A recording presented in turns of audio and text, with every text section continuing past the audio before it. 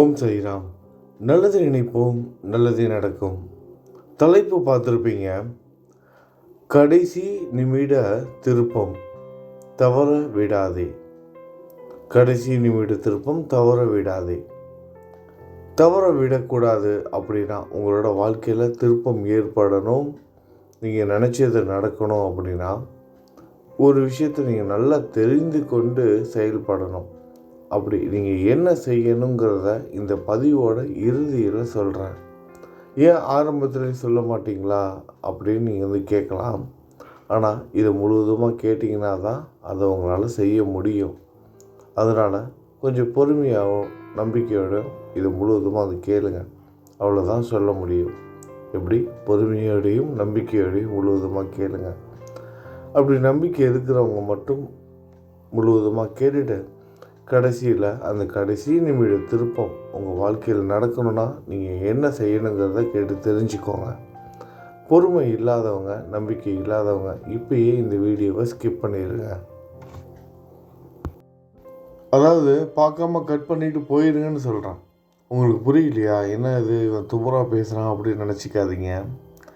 அதாவது நம்மளால் முடியாத விஷயத்தை எதிர்பார்த்து தான் நம்ம கடவுள்கிட்ட போகிறோம். எப்படி நம்மளால் முடியாத விஷயத்தை எதிர்பார்த்து தான் நம்ம கடவுள்கிட்ட போகிறோம். நம்மளால் முடியும்னா அது கடவுள்கிட்ட போய் நம்ம பிரார்த்தனை வைப்போமா? கண்டிப்பாக வைக்க மாட்டோம். இல்லை ஏதோ ஒரு குழப்பமாக இருக்குது, கொஞ்சம் பயமாக இருக்குது, அது நடக்கணும், நான் முயற்சி செஞ்சுக்கிட்டு இருக்கேன், ஒரு வேலையை பார்த்துட்ருக்கேன், அந்த வேலை நல்லபடியாக நடக்கணும், எந்த ஒரு தடங்களும் வந்துடக்கூடாது, அதாவது என்னோட கைக்கு மீறி எதுவும் நடந்துடக்கூடாது, இந்த மாதிரி நம்ம கைக்கு அப்பாற்பட்ட விஷயங்களை தான் கடவுள்கிட்ட கோரிக்கையாக வைப்போம். அப்படி கோரிக்கையாக வைக்கும் பொழுது அந்த திருப்பம் நம்மளோட வாழ்க்கையில் நிகழணும். அந்த நம்ம எதிர்பார்க்குற விஷயம் நடக்கணும். ஒரு எதிர்பார்ப்போடு தான் நம்ம எல்லோரும் போகிறோம். எதிர்பார்ப்பு இல்லாமல் கடவுளை நம்ம அணுகுவது கிடையாது. அதுவே ஒரு தவறான விஷயம் தானே. முதல்ல நம்ம புரிஞ்சுக்கணும். எந்த ஒரு எதிர்பார்ப்பும் இல்லாமல் என்கிட்ட வந்தேன்னா நல்லது நடக்கும்னு எல்லா கடவுளும், எல்லா ரிலீஜியன்லேயும், எல்லா மதமும் அதான் சொல்கிறது. எந்த ஒரு ரிலீஜியனாவது நீ எதிர்பார்ப்போடு வந்தால் தான் நீ எதிர்பார்க்குறது நடக்கும் அப்படின்னு சொல்கிறாங்களா? நீ எந்த ஒரு எதிர்பார்ப்பும் இல்லாமல் நம்பிக்கையோடு என்னை நம்பினேன்னா நீ நினைக்கிறது உனக்கு கேட்காமலே அது கிடைக்கும். உனக்கு என்ன வேணுமோ அது கேட்காமலே உனக்கு கிடைக்கும். அதுதான் எல்லா ரிலீஜியன்லையும், எல்லா மதத்துலேயும் போதனையாக வந்திருக்கும். நீ எதிர்பார்ப்போடு வந்தால் மட்டும் உனக்கு கிடைச்சிடாது. நம்பிக்கையோடு இருக்கணும். இப்போ ஒரு விஷயம் சரியாக அது புரிஞ்சுக்கணும். ஒரு இடத்துல கோவில் இருக்குதுன்னு வச்சுக்கோங்களேன். ஒரு 4-5 கோவில்கள் இருக்குது. ஒரு 2 கோவில் எடுத்துக்கோங்க உதாரணத்துக்கு. ஒரே சாய்பாபா கோவிலோ இல்லை சிவன் கோவிலோ ஏதோ ஒரு கோவில்னு வச்சுக்கோங்க. இந்த கோவில் அந்த கோவில்லாம் வேணாம், ஏதோ ஒரு கோவில், இல்லை எந்த மதமாக இருந்தாலும் பரவாயில்ல, ஏதோ ஒரு மதத்தை சார்ந்த அதாவது ஒரே கடவுளை சார்ந்த 2 கோவில் இருக்கு. இப்போ ஒரு கோவிலில் பார்த்தீங்க அப்படின்னா அந்த கோவிலில் ஒரு நிறைய விஷயம், ஒரு மேஜிக்கெலாம் நிறைய நடக்குது, நிறைய அதிசயமாக அற்புதம் நடக்குதுன்னு நிறைய பேர் சொல்கிறாங்க. அந்த கோவிலில் இருக்க ஆளுங்க சொல்கிறாங்க. இங்கே வந்தீங்கன்னா இந்த கோவிலில் லிங்கம் வந்தது, தண்ணீர் வந்தது, பாம்பு வந்தது, அப்புறம் விபூதி கொட்டுது, இந்த மாதிரி விஷயம். அப்புறம் லைட்டில் வந்தது, அப்புறம் சிசிடிவியில் இந்த காட்சி தெய்வம் பதிவானார். நான் எந்த கடவுளையும் குறிப்பிட்டு சொல்லலை, சரிங்களா? பொதுவாக ஏதோ ஒரு சாமின்னு வச்சுக்கோங்க. அதே அந்த கோவில் இப்போ நான் சொன்னேன்ல, இந்த அதிசயம்லாம் நடக்குதுன்னு அந்த கோவிலால் விளம்பரப்படுத்தப்படுகிற ஒரு கோவில் ஒன்று இருக்குது. அப்புறம் இன்னொரு கோவிலும் இருக்குது. அந்த கோவிலேருந்து பார்த்தீங்க அப்படின்னா அதே சாமி தான். ஆனால் அங்கே பார்த்தீங்கன்னா அங்கே இருக்கிற அடியார்கள், அந்த கடவுளை வணங்குகிற அடியார்கள், பக்தர்கள், முக்கியமாக அங்கே இருக்கிற நிர்வாகம், அங்கே இருக்கிற அடியவர்கள் மூலமாக என்ன பண்ணுறாங்க, தினமும் கடவுளை புரிந்து கொள்வதற்காக சத்சங்கம் இந்த மாதிரியான விஷயம்லாம் செய்கிறாங்க. அதாவது கடவுளை புரிந்து கொள்வதற்காக சத்சங்கம். இந்த சத்சங்கம் அப்படிங்கிறது கடவுளை புரிந்து கொள்ள வேண்டும் அப்படின்னா முதல்ல நம்மளை வந்து புரிஞ்சுக்கணும். நம்மளோட மனநிலையை வந்து புரிஞ்சு கொள்ளணும். ஒரு விஷயத்தை வந்து ஒத்துக்கணும். நம்ம யாரும் வந்து எதிர்பார்ப்பு இல்லாமல் கடவுளை வந்து கும்பிடலை, கடவுளை நோக்கி இல்லை. இப்போ இந்த பதிவை கேட்டுட்டு இருந்தால் கூட ஒரு எதிர்பார்ப்போடு தான் நீங்கள் வந்து கேட்டுட்ருப்பீங்க. அந்த கடைசி நிமிடத்தில் என்னோடய வாழ்க்கையில் என்ன திருப்பம் நிகழணும் அப்படிங்கிற அந்த ஒரு எதிர்பார்ப்பு. உங்களோட வாழ்க்கையில் அந்த திருப்பம் நிகழணும்னா நான் என்ன செய்யணும் அப்படிங்கிறத தெரிந்து கொள்வதற்காக தான் இந்த பதிவை கூட நீங்கள் வந்து கேட்டுட்ருப்பீங்க. இப்படி எதிர்பார்ப்பு இல்லாமல் யாரும் வந்து எங்கேயும் போகிறது கிடையாது. இப்போ முதல்ல நம்மளை பற்றி இதை புரிஞ்சுக்கணும்.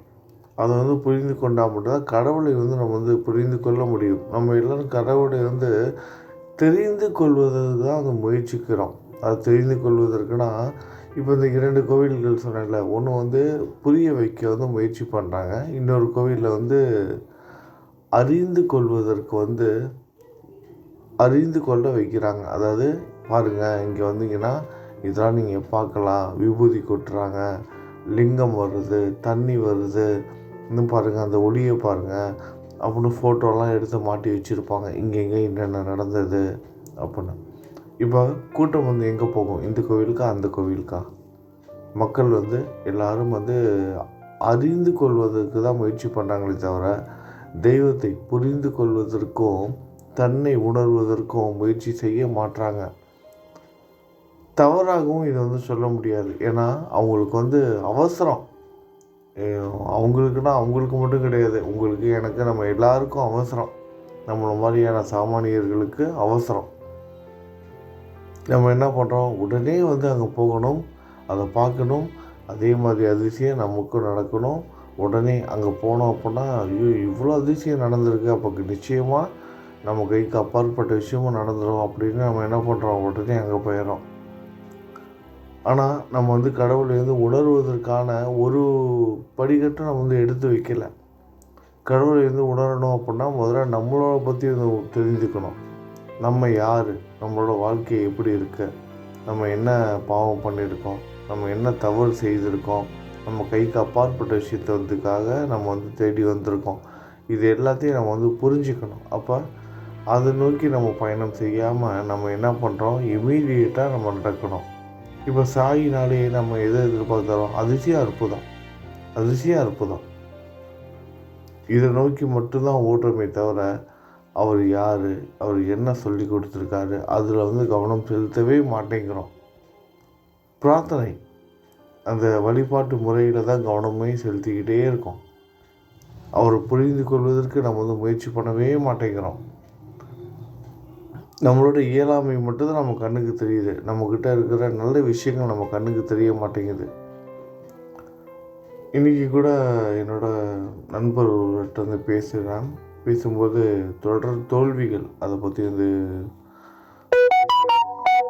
அவரோட வாழ்க்கையில் சந்தித்த ஒரு சில தோல்விகளும் அப்புறம் என்னோடய வாழ்க்கையில் நான் சந்தித்த ஒரு சில தோல்விகளை பற்றி வந்து பேசிக்கிட்டே இருந்தோம். அப்போ எனக்கு வந்து அவர்கிட்ட சொன்ன திடீர்னு எனக்கு ஞாபகம் வந்தது. நம்ம எல்லோரும் பிரமித்து பார்க்குறோம் ஒரு சில விஷயங்களெல்லாம். நம்ம எல்லோரும் பார்த்திங்கன்னா இப்போ என்ன மாதிரி ஒரு மிடில் கிளாஸ் ஆளுங்களுக்கெல்லாம் இப்போ இவங்க முகேஷ் அம்பானியோட பையனோட கல்யாணம் வந்து நடந்தது, திருமணம் நடந்தது. 2வது பையனுக்கு ஆனந்த் அம்பானி, ஆனந்த் நினைக்கிறேன் அந்த பையனோட பேர். கோடிக்கணக்கில் செலவு பண்ணி, எத்தனையோ 1000 கோடி சொல்கிறாங்க, அத்தனை கோடி செலவு பண்ணி கல்யாணம் வந்து நடந்திருக்கு.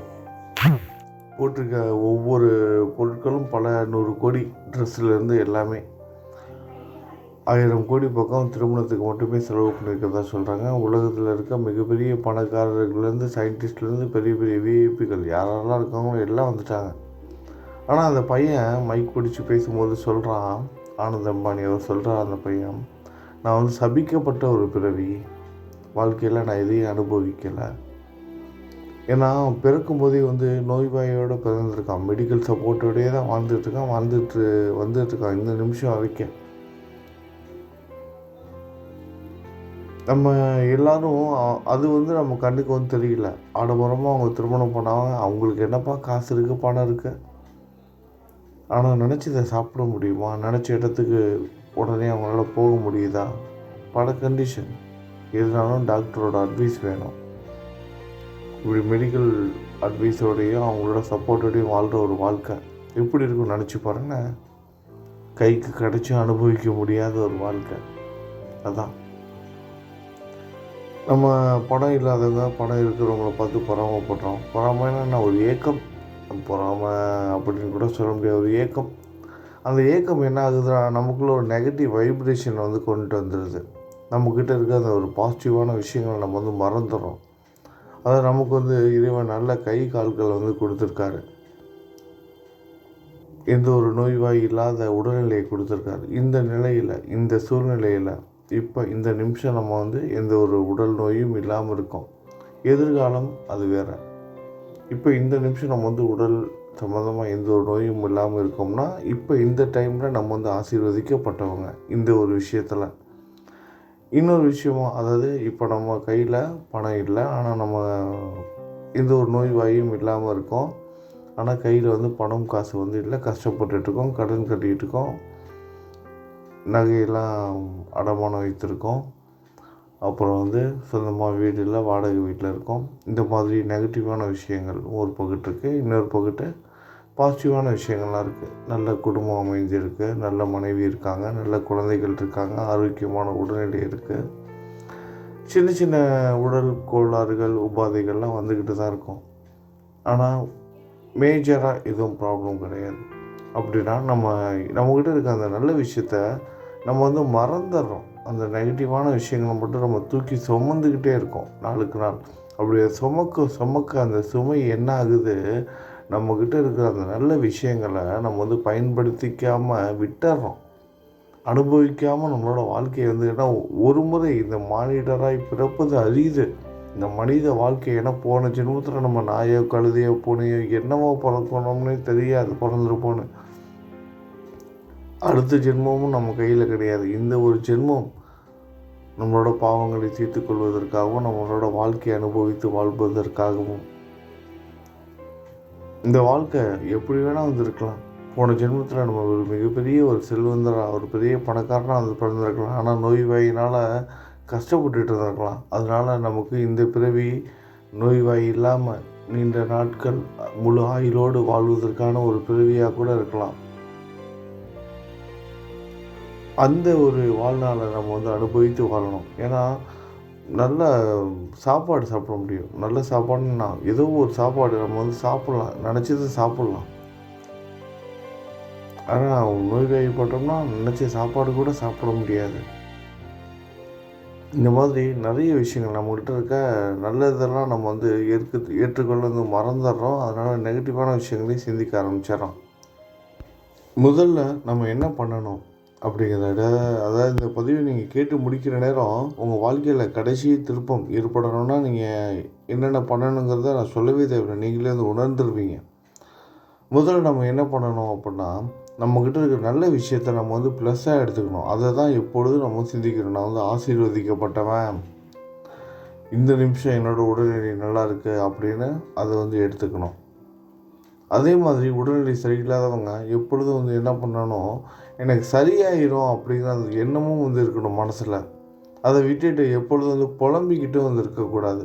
எப்பொழுதும் புலம்பக்கூடாது. 4 பேர் நம்மளை பார்த்து அனுதாபப்படணும்னு சொல்லிட்டு சில பேர் என்ன பண்ணுவாங்க, நல்லா இருக்கும் பொழுது கூட எனக்கு வந்து கை வலிக்குது, கால் வலிக்குது அப்படின்னு வந்து சொல்லுவாங்க. அந்த அனுதாபம் வந்து உண்மையாக்கிறோம். இல்லைனா ஒருவேளை உண்மையாகவே உங்களுக்கு கை கால் வலியோ இல்லை வேறு ஏதாவது நோய்களோ இருந்தால் கூட 4 பேர் உங்களை பார்த்து அனுதாபப்பட்டாங்கன்னா அது இன்னும் வந்து அதிகமாக அதை வந்து உண்டாக்கிடும். 4 பேர் அனுதாபப்படுறதுனாலையோ 4 பேர் உங்களை பார்த்து இறக்கப்படுறதுனாலையோ அந்த விஷயங்கள் என்னாகும், அதிகமாக்கிடும். அதனால் முடிஞ்ச வரைக்கும் எல்லாம் தவிர்த்துக்கணும், வெளியே காட்டிக்கொள்ளக்கூடாது. இறைவன்ட்டு வந்து பேசுங்க ஒப்படைக்கிறீங்களா, அதோட அவ்வளோதான். ஏன் எதுக்கு அந்த கேள்விகள் இருக்கக்கூடாது. எனக்கு பாக்கியம் அவ்வளோதான், ஆனாலும் நான் அவங்கள வந்து நம்புவேன். சரிங்களா? அதான் தன்னை வந்து உணரணும், நம்ம யாருங்கிறத வந்து உணரணும். என்னோட பாக்கியம், என்னோட பிறவி பிராப்தம், அதான் பிராப்தம்னு சொல்லுவாங்க. அதாவது இருந்தும் அனுபவிக்க முடியாத ஒரு நிலை. அப்போ அவனுக்கு கிடைச்ச பிராப்தம் அவ்வளோதான்ப்பா அப்படின்னு சொல்லுவாங்க. அதாவது பிராப்தம்னா என்னென்னா, அதை அனுபவிப்பது தான். எல்லாமே இருக்குது. ஆனால் அவனால் வந்து அனுபவிக்க முடியல. அவனோட பிராப்தம் தான். நல்ல உடல்நிலை இருக்குது. அந்த உடல்நிலையை வந்து சரியாக பயன்படுத்தி சந்தோஷமாக வாழலாம். அந்த பிராப்தத்தை அவனால் அனுபவிக்க முடியல. அவன் இல்லாததை நினச்சி கவலைப்பட்டு அவனோட வாழ்க்கையை வந்து வீணாக்கிக்கிறான். நமக்கு வேணுங்கிறத எதிர்நோக்கி நம்ம பயணம் செய்துக்கிட்டே இருக்கணும். முயற்சிகள் செய்து கொண்டே இருக்கணும். நம்ம என்ன இலக்கை நோக்கி பயணம் செய்கிறோமோ அதை வந்து பயணம் செய்து கொண்டே இருக்கணும். எதிர்பாராமல் திருப்பம் வந்து நிச்சயமாக நடக்கும். ஒவ்வொருத்தரோட வாழ்க்கையிலையும் வந்து ஒரு டேர்னிங் பாயிண்ட் கடவுள் கொண்டு வந்து சேர்ப்பார். அது எந்த நிமிஷம் எப்போன்னு யாராலையும் கணித்து சொல்ல முடியாது. நம்ம இதுக்காக தான் என்ன பண்ணுறோம், அந்த இரண்டாவதாக ஒரு கோவில் சொல்லணும்ல, முதல்ல ஒரு கோவில் சொல்லணும்ல, அங்கே வந்து இந்த பூஜைகள்லாம் சொல்லுவாங்க. இங்கே வந்தீங்கன்னா ஒரு 5 நிமிஷங்க இதை மட்டும் செய்யுங்க, உடனே சரியாயிடும். 7 நாளுக்குள்ளே இந்த புக்கை வந்து படித்து முடிங்க, சரியாயிடும். இல்லைங்க என்னால் படிக்க முடியாதுங்க, நான் வந்து 7 நாளுக்குள்ளே, ஏன்னா எனக்கு ரொம்ப வயதாகிடுச்சு, அதனால் உட்காந்து 7 நாள்லாம் படிக்கிறது கஷ்டம். சரி, அப்போ உடனே அங்கே இருக்க ஒரு சாமியார் சொல்லுவார், இல்லை அப்போ பரவாயில்ல விட்டுருங்க, நீங்கள் என்ன பண்ணுங்கள், இந்த மாதிரி ஒரு சில பொருட்கள்லாம் வாங்கி வச்சுக்கோங்க. இந்த வெத்தலை பாக்கு, எலுமிச்சம்பழம் இதெல்லாம் வச்சுட்டு இந்த மாதிரி விளக்கேற்றுங்க, அந்த கோயிலுக்கு போங்க, இந்த பரிகாரம் செய்யுங்க, இந்த அளவுக்கு தட்சணையை வந்து கொடுங்க, இத்தனை பேருக்கு அன்னதானம் போடுங்க, ஏதாவது கோவிலுக்கு வந்து டொனேஷன் கட்டிவிட்டு நீங்கள் போங்க, எல்லாம் சரியாயிடும்னு சொல்லிட்டு அனுப்பி வச்சுடுவார். பார்த்தோம்னா ஒரு 10 பேருக்கு 2 பேருக்கு நடந்துடும். அந்த 2 பேரை வந்து அடுத்த நாள் வந்து அந்த கோவிலில் வந்து சொல்லுவாங்க. இப்படி சொல்லுவாங்க. அதை தான் மக்கள் வந்து நம்புவாங்க. அப்போ உண்மையாகவே கடவுளை புரிந்து கொள்பவர்களுக்கு 100% அவர் வந்து உதவி செய்வார். இப்போ இன்றைக்கி ஒரு கதை, குரு சரித்திர கதை வந்து பார்த்திங்கன்னா உங்களுக்கு வந்து தெரிஞ்சிருக்கும். பதிவு அதான் சொன்னேன் நான் முன்னாடி. அந்த குரு சரித்திர கதைகள் கேட்பதற்கெல்லாம் பொறுமை இல்லை. ஒரு சில நண்பர்கள் கேட்டு பயன்பெறுறாங்க. இன்றைக்கி ஒரு அம்மா வந்து சொன்னாங்க, கடைசியாக கேட்ட அந்த கதையெல்லாம், என் வாழ்க்கை எவ்வளோ பரவாயில்லப்பா, அந்த அளவுக்கு வந்து ரொம்ப மோசமான நிலையில் கூட கடவுள் வந்து நம்பிக்கிட்டு இருந்திருக்காங்க. அதெல்லாம் கேட்கும்போது எனக்கு வந்து என் உடம்பு வந்து அப்படியே புல் அரிச்சிருச்சு. அதான் அந்த ஒரு உணர்வு, கடவுளை உணர்வதற்கான பாதை எங்கேயோ நம்ம வந்து அது உள்ளுக்கு போகாமல் நம்ம என்ன பண்ணுறோம், கடவுளை அறிந்து கொள்வதற்காகவே இந்த முயற்சி பண்ணுறோம். எப்படி அந்த ஒரு டப்புன்னு ஒரு 2 நிமிஷத்தில் நடந்துடணும். இன்றைக்கி விளக்கேற்றுறேன்னா நாளைக்கு நடந்துடணும். இன்றைக்கி நெய் தீபம் ஒரு 5 வாரம் சனிக்கிழமை ஆஞ்சநேயருக்கு ஏற்றுனா முடிஞ்சு போச்சு, எனக்கு சரியாயிடும். இந்த மாதிரி எல்லோரும் டப்புன்னு நடக்கணும்னு எதிர்பார்க்குறோம்.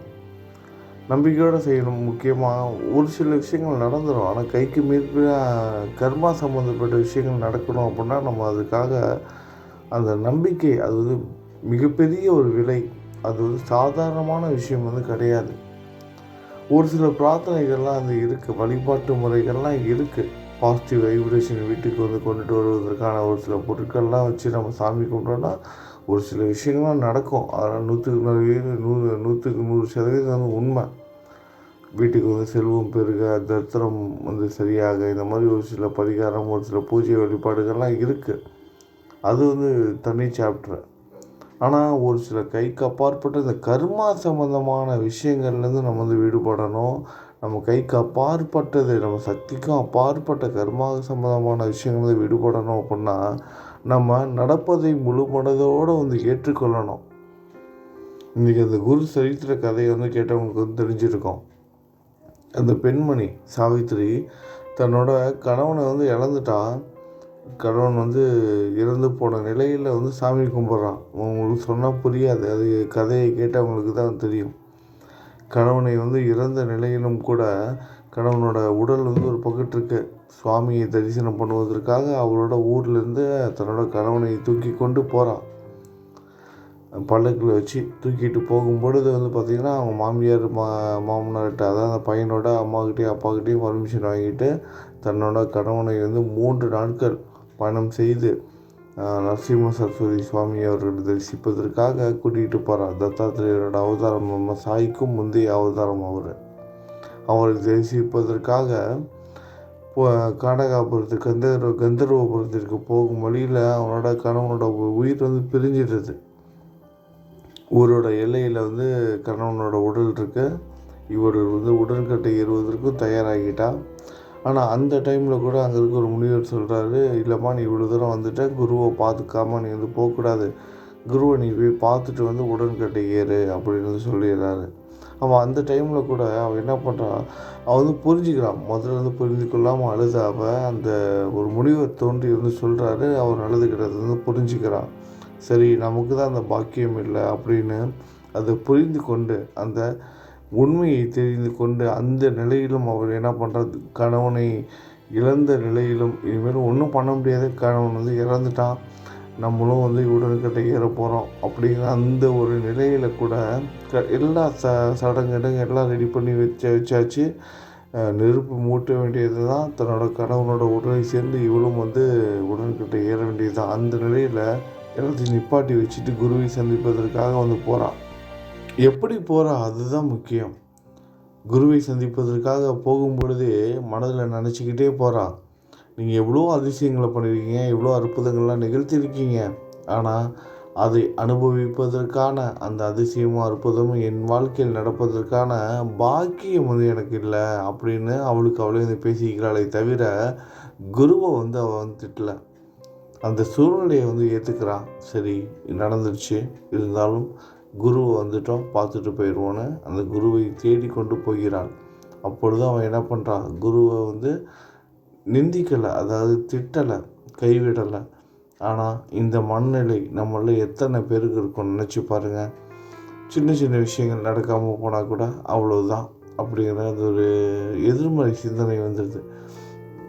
நான் நினச்ச காரியம் நடக்கலைங்க, இதுக்கு மேலே அவரை போய் பார்த்து என்ன நடக்க போகுது அப்படின்னு நம்ம வந்து என்ன பண்ணுறோம், கொஞ்ச நாள் வந்து விலகி இருக்கோம். அப்புறம் கொஞ்ச நாளுக்கு அப்புறம் நிலமை சரியானதுக்கப்புறமா நம்ம வந்து அவரை தேடி போகிறோம். அதாவது எந்த ஒரு சூழ்நிலையிலும் நம்ம அவரை வந்து விலகி போகக்கூடாது. உயிரே போனாலும் அந்த கடைசி நிமிடத்தில் கூட அற்புதம் நிகழ்த்துவார். அந்த பெண்மணியோட கணவனை உடலை கொண்டுட்டு வர சொல்லி அந்த கர்மாவையே மாற்றி எழுதுவார், திருத்தி எழுதுவார். கர்மாவை முற்றிலுமாக ஒழிக்க முடியாது, ஆனால் சத்குரு அவர்கள் என்ன செய்வார், கர்மாவை திருத்தி எழுதுவார். அந்த பையனுக்கு வந்து மீண்டும் வந்து உயிர் கொடுத்து பிழைக்க வைப்பார். இது எப்படி சாத்தியமானது? அவர் சொல்லுவார், இவனுக்கு வந்து அடுத்த பிறவியில் வந்து நீண்ட ஆயுட்காலம் வந்து இருக்குது, அந்த ஆயுட்காலத்திலிருந்து ஒரு பகுதியை எடுத்து இப்போ இவனுக்கு வந்து கொடுத்துருக்கேன். இந்த பிறவியில் இவனுக்கு வந்து 30 வயது தான் வந்து ஆயுட்காலம் இருந்தாலும் நான் என்ன செய்திருக்கேன் அப்படின்னா, அடுத்த பிறவியிலிருந்து ஆயுட்காலத்தை எடுத்து இவனுக்கு கொடுத்துருக்கேன். அடுத்த பிறவியில் இவனுக்கு நீண்ட ஆயுள் இருக்குது, அதுலேருந்து கொஞ்சம் எடுத்து கொடுத்துருக்கேன் அப்படின்னு சொல்லுவார். ஏன்னா அங்கே இருந்த ஒருத்தர் வந்து குதர்க்கமாக ஒரு கேள்வி கேட்பார், எப்படி பிரம்மா எழுதுகிற விதியை உங்களால் எப்படி மாற்ற முடியும், இது சரியா, வேத தர்மத்திற்கு எதிரானது அல்லவா அப்படின்னு அங்கே இருக்கிற ஒரு பிராமணர் கேள்வி கேட்கவும் நரசிம்ம சரஸ்வதி சுவாமி வந்து சொல்லுவார், நான் வந்து பிரம்மனோட விதியை வந்து மாற்றி எழுதலை, திருத்தி எழுதியிருக்கிறேன் அப்படின்னு. அடுத்த ஜென்மத்தில் உள்ள ஆயுட்காலத்திலிருந்து ஒரு பகுதியை எடுத்து இப்போ அவனுக்கு கொடுத்து உயிர் பெற செய்தேன்னு சொல்லிட்டு விதவையாக வந்த அந்த பெண்ணை சுமங்கலியாக அனுப்பி வைப்பார். அந்த பெண்ணோட வாழ்க்கையில் நடந்த கடைசி நிமிட திருப்பம். அந்த கடைசி நிமிட திருப்பத்திற்கு காரணம் என்ன, அந்த இக்கட்டான நிலையிலும் அவள் மனம் உடைந்து போகாமல், ஏன்னா உயிரையே விட போகிறான். தன்னோட ஆசை கணவன் இறந்துட்டான், உடலுக்கு வந்து எல்லா சடங்குகளும் முடிஞ்சிருச்சு, நெருப்பு மூட்ட போகிறாங்க, அது கூட சேர்ந்து இவளும் வந்து தன்னோட உடலையும் உயிரையும் மாய்த்து கொள்ள போகிறா. அப்படிப்பட்ட சூழ்நிலையிலும் குருவை நோக்கி போகிறா பாருங்களேன். அந்த ஒரு நம்பிக்கை தான் கடைசி நிமிட திருப்பத்தை வந்து கொடுத்தது. அதான் எது என்ன நடந்தாலும் நம்ம வந்து குருவை விட்டு விலகிடக்கூடாது, குரு கூடயே இருக்கணும். எது நடந்தாலும் வாழ்க்கையில் ஏற்றுக்கணும், என்ன நடந்தாலும் வாழ்க்கையில் வந்து ஏற்றுக்கணும். அப்போ நீங்கள் நினைக்கலாம், என்னடா அப்போ இறந்து போனவங்கள தூக்கிக்கிட்டு கடவுள்கிட்ட போனால், சாமிக்கிட்ட நம்பிக்கையோடு போனால், சாய்கிட்ட போனால் உடனே அவர் மாற்றி கொடுத்துருவாரா, அடுத்த ஜென்மத்திலேருந்து நமக்கு வந்து எடுத்து கொடுத்துருவாரோன்னு விதண்டவாதம் நம்மளாம் பேசக்கூடாது. அப்படி பேசுகிறோம் அப்படின்னா எதுவுமே நடக்காது.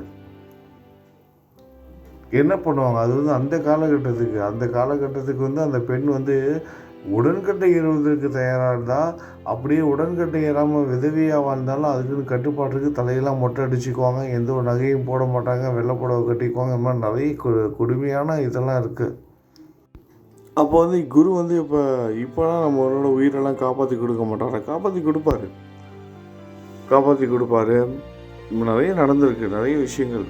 மரணப்படுக்கையில் இருந்த பல பேரோட உயிரை வந்து திருத்தி கொடுத்துருக்காரு, மருத்துவம் பார்த்து கொடுத்துக்கிட்டு இருக்காரு. தீராத நோயிலிருந்து விடுபட்டு வந்துகிட்டு இருக்காங்க. அதையும் தாண்டி ஒரு சில விஷயங்கள் எதிர்மறையாக நடக்கும் பொழுது குரு வந்து அந்த அசம்பாவிதத்தை தாங்கிக் கொள்வதற்கான முழு சக்தியை கொடுப்பார். அந்த கஷ்டத்தை சுமந்து கொண்டு வாழ்கிற ஆண்களாக இருந்தாலும் பெண்களாக இருந்தாலும் அவங்களுக்கு வந்து என்ன பண்ணுவாங்க, சக்தியை கொடுப்பார். அவங்களோட குழந்தைகளுக்காக அவங்க வந்து வாழ்ந்தாகணும், அவங்களோட குடும்பத்தை சேர்ந்தவர்களுக்காக, தாய் தந்தையர்களுக்காக அந்த சக்தியை வந்து கொடுப்பாரு. உதாரணத்துக்கு சொல்கிறேன், யாரும் நெகட்டிவாக வந்து எடுத்துக்கக்கூடாது. இந்த மாதிரி கடன் தொல்லையால் வந்து பாதிக்கப்பட்டவங்க, திருமணம், இந்த மாதிரி பல விஷயங்கள், குழந்தையோட எதிர்காலம் எதுவாக இருந்தாலும் சரி, என்ன நடக்குதோ அதை மனப்பூர்வமாக அதை ஏற்றுக்கணும். வாழ்க்கை வரன்லேருந்து எதாக இருந்தாலும் வந்து மனப்பூர்வமாக இந்த ஏற்றுக்கிட்டோம் அப்படின்னா நம்மளோட வாழ்க்கை பிற்காலத்தில் நல்லபடியாக வந்து அமையும். அந்த திருப்பம் வந்து எப்படி வேணாலும் நடக்கும். இந்த நிமிடம் என்ன நடந்ததோ அதை மனப்பூர்வமாக ஏற்றுக்கணும். ஒரு விஷயத்தை நல்லா புரிஞ்சுக்கோங்க, நம்ம கைக்கு அப்பாற்பட்ட விஷயத்துக்காக தான் நம்ம கடவுள்கிட்ட போகிறோம், கைக்கு உட்பட்ட விஷயத்துக்காக வந்து போகலை. அப்போ அவரை நம்புறது தவிர நமக்கு வேறு வழியே கிடையாது. அதை முழு மனதோடு செய்து நம்ம நினைத்ததை அடைவதற்கான முயற்சிகள் செய்தோம் அப்படின்னா கைக்கு உட்பட்ட விஷயங்களுக்கு நம்ம முயற்சிகள் செய்து கொண்டே கைக்கு அப்பாற்பட்ட விஷயங்களை அவர்கிட்ட ஒப்படைச்சிட்டு நம்ம பரிபூர்ணமாக எந்த ஒரு சூழ்நிலையிலும் அவரோட பாதத்தில் சரணடைந்தோம் அப்படின்னா கடைசி நிமிடத்தில் கூட உங்களுடைய வாழ்க்கையிலையும் அனைவரோட வாழ்க்கையிலையும் நிச்சயமாக மாற்றங்கள் நிகழும். இது சத்தியம், இது சத்தியம், இது சத்தியம். ஓம் சாய்ராம். நல்லது நினைப்போம், நல்லது நடக்கும். ஓம் சாய்ராம்.